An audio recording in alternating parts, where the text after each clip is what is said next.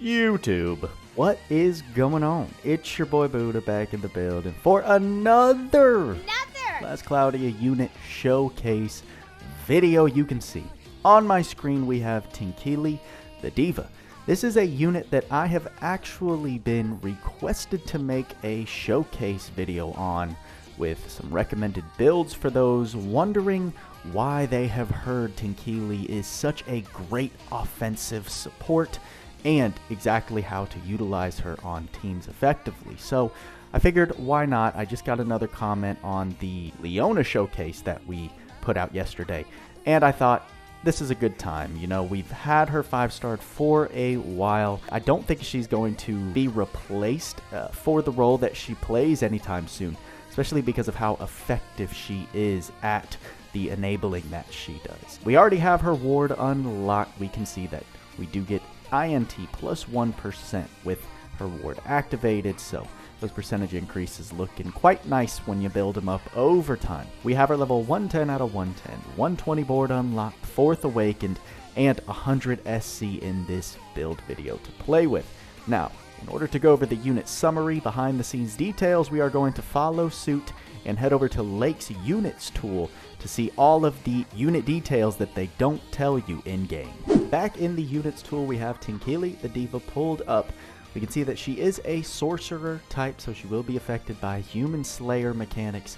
Looking at the base stat spread, I'm actually going to change this to 4 because we can see that those base stats do change, right? That extra awakening 5 and 6 do increase stats solely, and while I don't think it's any significant amount, I do want it to be a true representation of the Tinkili that we are personally working with. So at that exact awakening, we have HP just under 4,900, MP 325, STR 751, Defense 864, INT 809, and MND 864. So you can see that Tinkili, being one of these Gen 1 units, or I would say just older units, I don't know if she was Gen 1, she comes with a much lower base stat spread than the units that we know nowadays, right? I considered units having emphasis on certain stats well over 1,000. We have nothing in the category of STR, Defense, INT, and MND even coming close to that base 1,000. So she is a bit more defensive and has INT. However, we're definitely going to need to help her in the stat department, being a support type the way that she is. Her resistances, she is weak to all of the earthly elements by -10, but then does have pretty high resistance to light and dark, 20 and 25 respectively.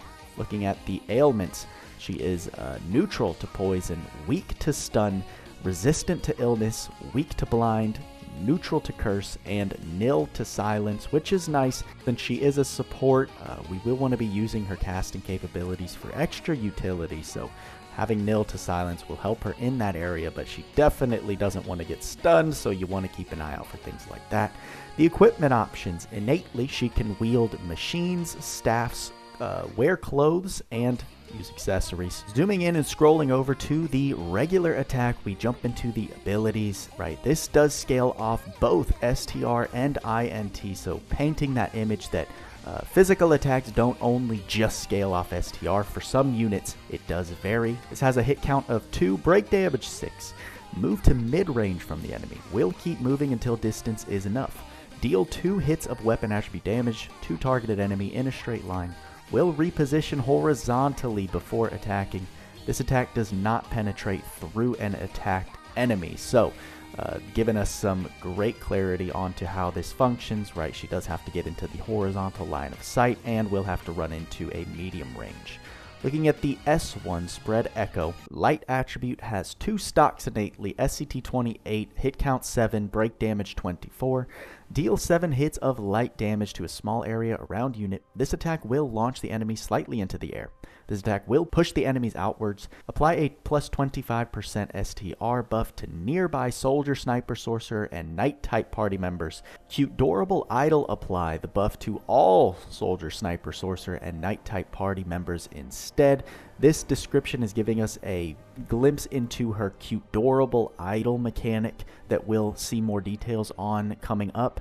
However, just know that some of these effects for her skills in this case, and other things as we will see, do change once you obtain this Cutorable Idol status. The S2 Killer Tune Light attribute has 4 stocks innately, 10 SCT to charge, hit count of 8 and break damage 18. Deal 8 hits of light damage to a small area around the targeted enemy. This attack will launch the enemies slightly into the air. Cutorable Idol slightly increases the size of the attack. Notes: it's worth pointing out that the range increase isn't much. Truthfully, it's barely noticeable. This referring to the Cutorable Idol status that she does gain, as we will see. The S3 Star Halation Light attribute does have 1 stock innately, SCT of 54 seconds to charge, hit count of 14, and break damage 96. So Tinkili's not breaking anything anytime soon. Deal 14 hits of light damage to targeted enemy in a straight line. This attack will greatly push back the enemies. The last hit will launch enemies up into the air. Apply a 1200 HP barrier that blocks 50% physical damage for 40 seconds, buffed to the entire party. Cutorable Idol also applies a 1200 HP barrier, blocking 50% of magic damage to the entire party. So she is able to provide shields with her S3. However, we can see gaining 1 stock of it and only having 1 stock innately available is just not going to make this skill a very realistic, effective strategy, I would say. Compare this to Shift Tyria, right? Spear Maiden Tyria, who essentially applies a buff similar to this every time she just uses a heal skill. So not very comparable when you're looking at the frequency of use here. And then Cosmic Stage, I'd say arguably the most important aspect of Tinkili overall. Does no damage, right? So it doesn't scale off of anything. It's considered the light attribute, and we do see it does take 2600 SCT to stock. Although we know specials are also charged by hit counts, numbers of enemies, the type of attack, things like that. So this number is a bit confusing to understand numerically, in my opinion. However, right, since it's not an attacking skill, it's missing a lot of this information. But here's what it does. It applies a 50% skill damage for 20 seconds, buff to the entire party. Applies a 50% special damage for 20 seconds, buff to the entire party.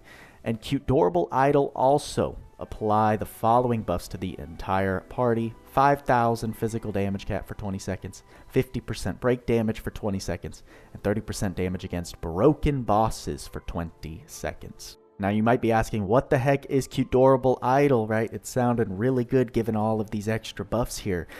Well, I believe it comes into effect when we look at her traits, starting with the first one, Arena Cheers. For each alive party member and enemy, stack 6.25% special charging speed, up to 50% special charging speed with 8 alive.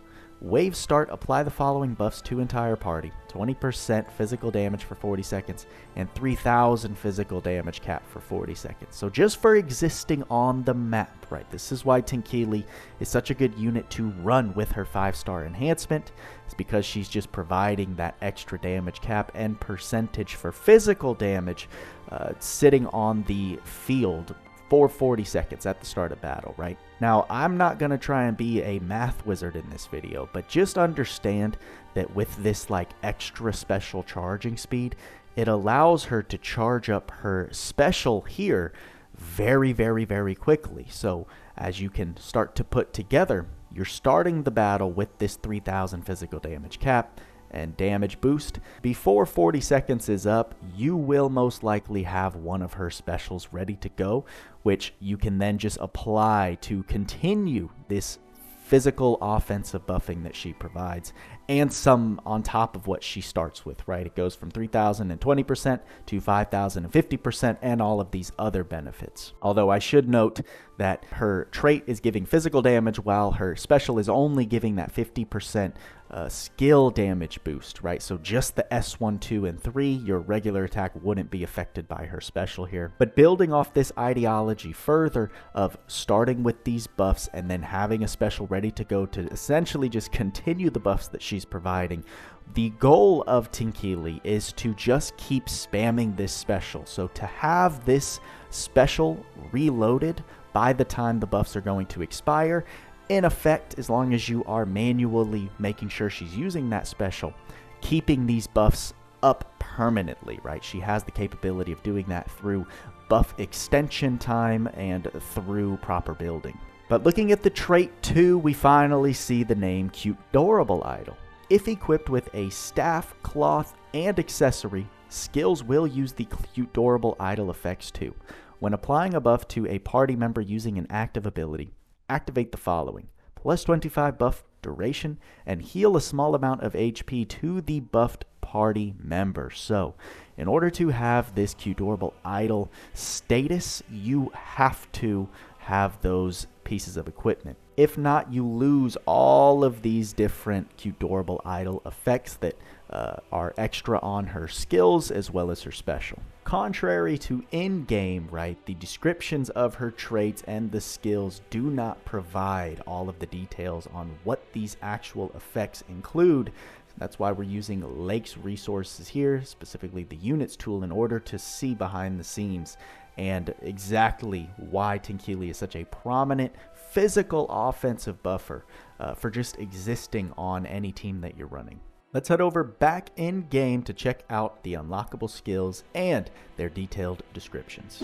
Looking at her set skills, we start with the magic portion, which she does come with a lot of magic buffs. As you can see, Brave Phaser, all allies STR 20%, Aura Phaser, all allies INT 20%, Matisse Phaser, all allies MND plus 20%, and Speed Phaser boosts all allies movement speed. This is going to give you that +2 movement speed that we are able to gain in things like fast speed, auto speed. Heat Live, all allies skill recovery speed plus 25%. I do believe this does not stack with haste or auto haste. This just applies the haste buff. So remember, matching icons do not stack on top of each other, right? That's the reason that Tinkili's damage cap boost doesn't stack with Shift Medine's, because they're giving the allies the same type of buff, right? The icon just has different effects. In the case of Shift Medine giving her plus 2,000 and Tinkili here giving plus 3,000. However, since they share the same icon, or anything else that shares the exact same buff icon does not stack on top of each other. Magna Exciter, all allies physical attack power plus 20%. So remember, this gives that physical attack buff, just as we explained with that icon. This is the same as the one that she applies to the team at the start of battle. So if you load into battle and cast Magna Exciter, you're doing absolutely nothing, because Tinkili has already given that to the entire team innately for 40 seconds. Where this does come into use, you go 40 seconds, lose all of those initial buffs, then you can use Magna Exciter to reapply that 20% to physical attack. Devotion, consume 50% of units max HP and all of MP to apply an STR INT plus 50% buff to all allies, excluding the unit MP 200, right? So regardless, you have to have 200 MP ready to go, but you're going to lose all of your MP if you decide to use this. I think during the conception of Tinkili here, at the time she was released in Last Cloudia, this type of buff was way more significant than what we experience in today's game, right? 50% to STR and INT for the cost of all of your MP, half of your HP, is just ridiculously overrated, right? This skill has absolutely no use in today's game, I would argue. Don't get too excited if you're trying to theory craft with this. Advanced Magic Circles is unfortunately also the way that Tinkili has MP regeneration built within her. This is the far inferior form of magic circles that we have in the game. It grants an MP regeneration effect to yourself. It's got like an extremely long cast time that you can't shorten, and it does not provide a lot of MP recovery. It provides that percentage of MP recovery that you get from things like intermediate fast circles, intermediate magic circles, and auto advanced magic circles. So this is just the worst form, and sadly Tinkili, being an older gen unit, comes with those types of skills. Moving into the passives, she does have MP up 3 and 4 innately, auto protection, light attack raise 2. I think they gave that to her with her 5-star buff, don't ask me why. She does not need any modifiers, damage mods, because we're not going to be using her in that way at all. Pose of Glory, again, she's not going to be defeating any enemies, so extremely pointless. Goddess Kiss, regular attacks have a chance to absorb the damage for MP. However, she's not going to be built for any damage, so another very, very useless skill built within her innately. Blessed Speed does boost her movement speed. We know that she has a ton of skills, right? All of her skills and the regular attack require her to get in the line of sight of these enemies, so I guess that's what they thought would be useful on her. Some little speed buff. Holy Aura boosts equipped weapon attack, another skill that's just extremely outdated. I believe it gives 25% extra STR and INT for the weapons that your unit is wielding here. So again, that stat increase just does not cut it nowadays, and more attack oriented skills built within her is just really, really bad, especially for her current utility. So pretty sad to see that. Clothes high boost gives her that defense in M&D plus 10% and physical attack damage 10% when wearing clothes.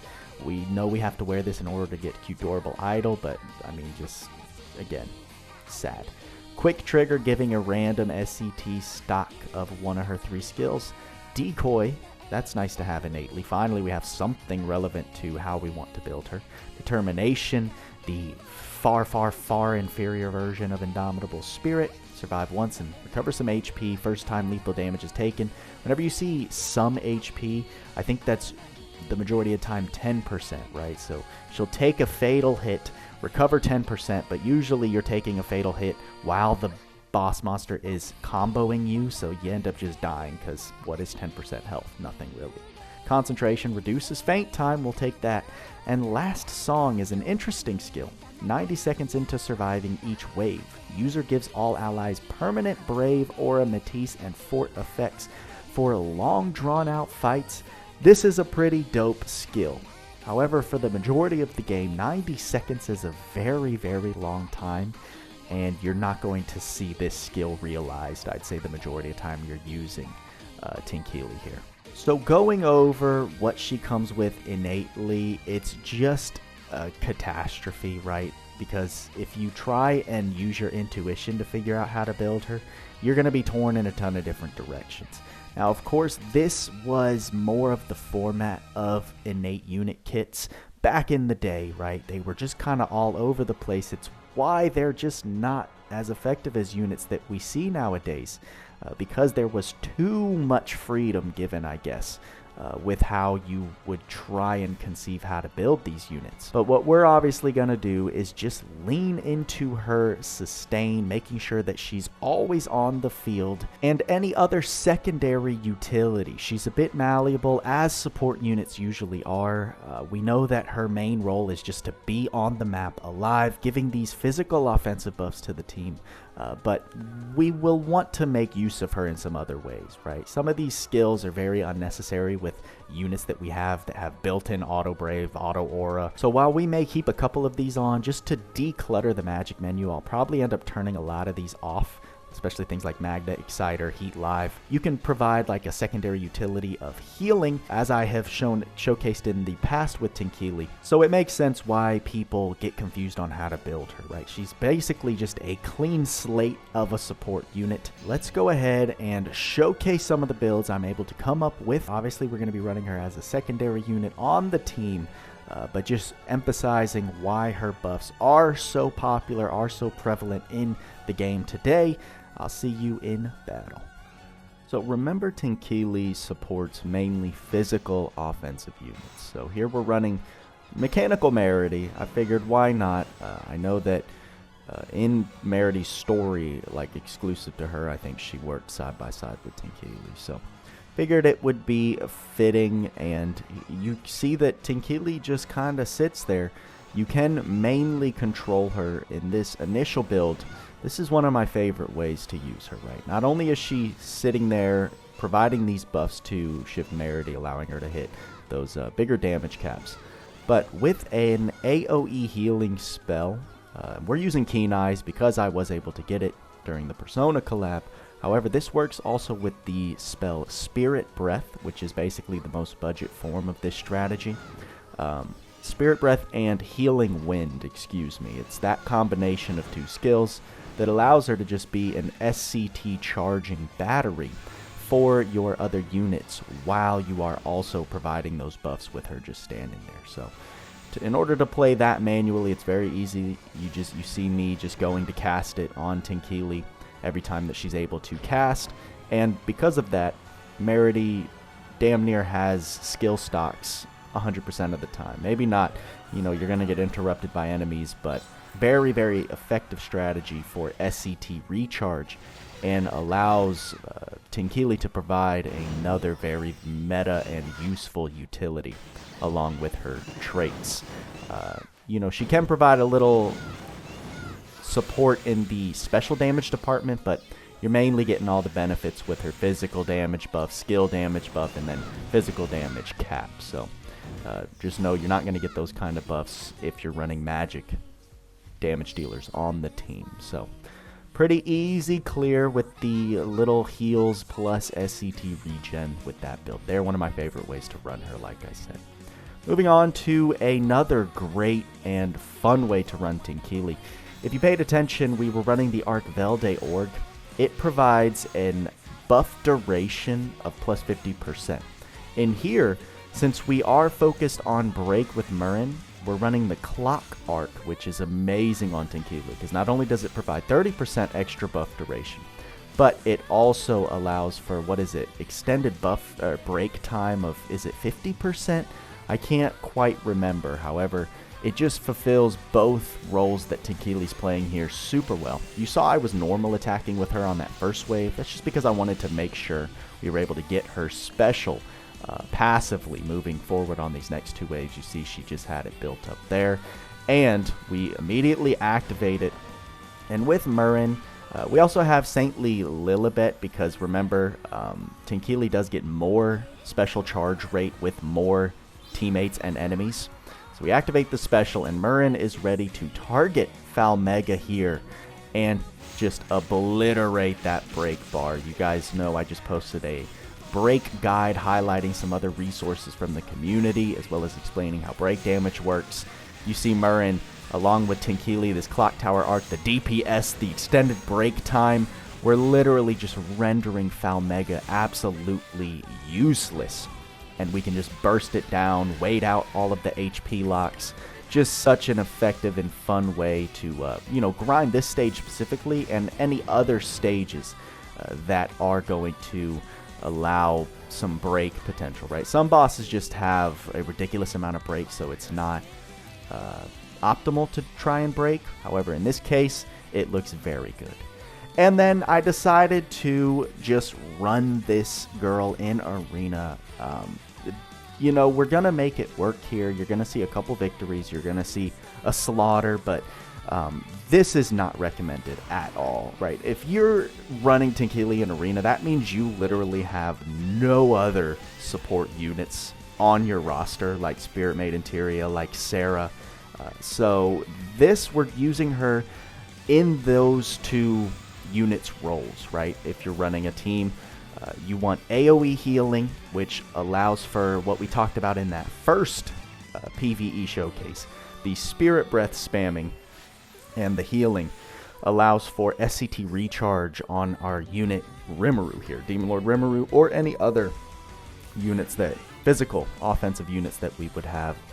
Not very likely you're going to see her special in arena, so it's just not useful, right? She's not useful. You're losing the majority of why she is so good, and that's for a lot of different reasons, right? Not only are you not going to see her special too often in arena, you will see it. We do have a match where we're going to actually use her special, which is funny, but without having the foundation to play the role that she is playing here, right? Not only is it AoE healing for the team, it's not really effective healing compared to our meta healers that we use in arena. As you saw, the healing numbers just aren't there because her base kit does not support that type of role here.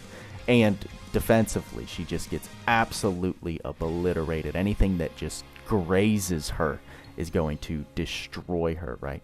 So moving into the match where we were not able to get the dub. don't get it twisted, right? Any performance that you're seeing on this team, I don't give Tinkili hardly any credit, right? It's mainly the other teammates that are carrying the performance here. Shift Gorm taking the hits, Demon Lord Rimuru providing that really great long-range physical offense, and then Maja here just keeping control of the cast space while he can, and also dealing some significant magic damage in Arena.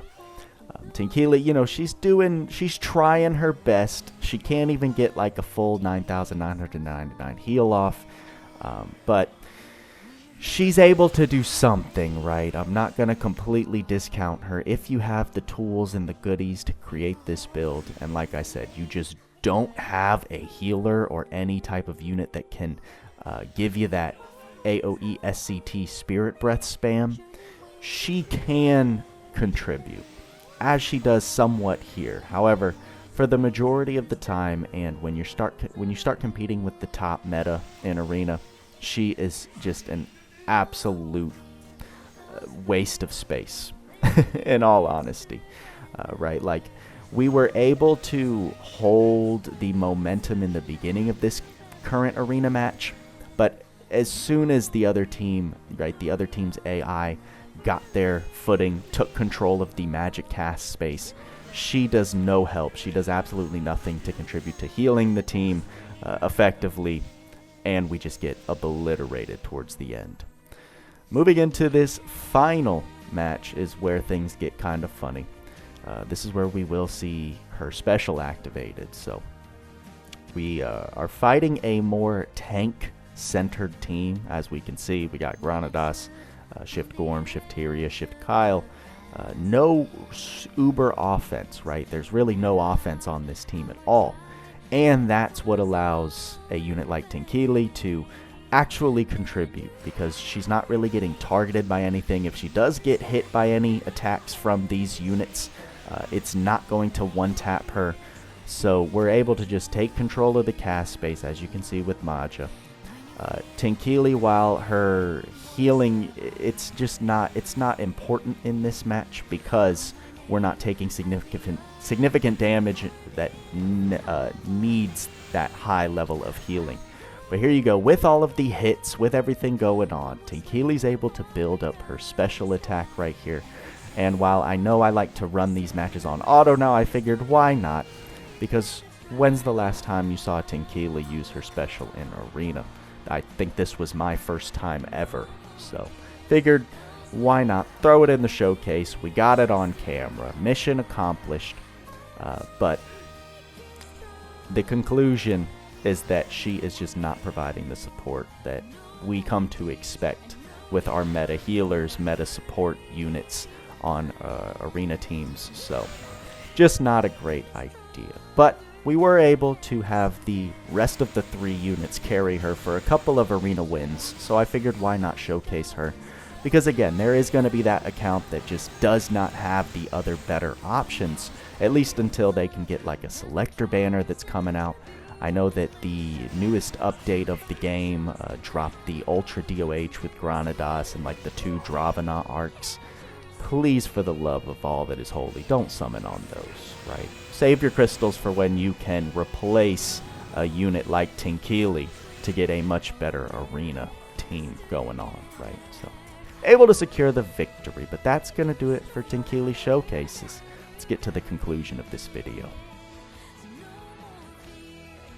There is our girl Tinkili in action. I hope you guys enjoyed this video. Let me know in the comments what you think about her, if you use her in any different ways that I didn't showcase. I hope this gave a good idea for players that have her, don't quite know how to build her, and you needed just some frame of reference, right? She does need a lot of help, but it's not like you need to do all of that building on her, because her main role is just to simply exist, sit there, and then cast the special, right? I'd say the most important things are the arcs that extend buff duration time, and just making sure she's on the field with her sustain. If you do want to go and move into her casting support, right, just make sure you can throw on things to give her cast speed, make her MP pool very large so that passive MP regen from advanced magic circles will actually regenerate her MP significantly. So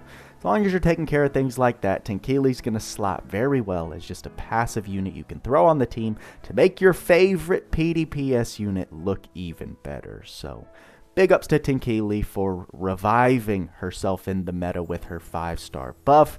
And hope you guys enjoyed the video. That's all I got for you this time, guys. Like, subscribe, bell notifications if you're new. As Cloudia should have some exciting things around the corner, so you're not going to want to miss any updates. Turn on all those notifications. Make sure to go subscribe on Twitch. I'm thinking about running another Tower of Trials live stream over there, so if you want to see me beat floors 90 through 100 for a second time, that's where you're going to do it. With all that being said, y'all know what we say. Work hard, play harder. See you in the next video.